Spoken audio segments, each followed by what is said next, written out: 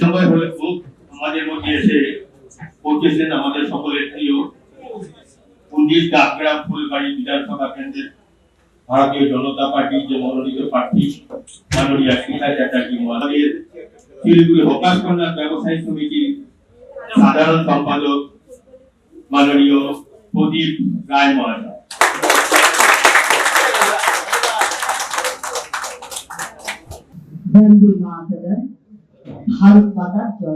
ওনারা ওনাদের পলিসি তৈরি করতেই পারে, তবে উনি নিশ্চিত পরাজয়, তাই উনি রণভঙ্গ দিয়েছেন। উনি চলে যাচ্ছেন শিলিগুড়ি, আরো কোথায় কোথায় চলে যেতে পারে। ওনার এখানে প্রচার করা না করা কি আছে? উনি প্রচারে কি বলবে? কোনো কাজ করেছে বলবে কি? গ্রামীণ এলাকায় পৌরসভা দাবি করেছে বলবে কি? উনি কি বলবে কত ড্রেন রাস্তা করেছে কি বলতে পারবে?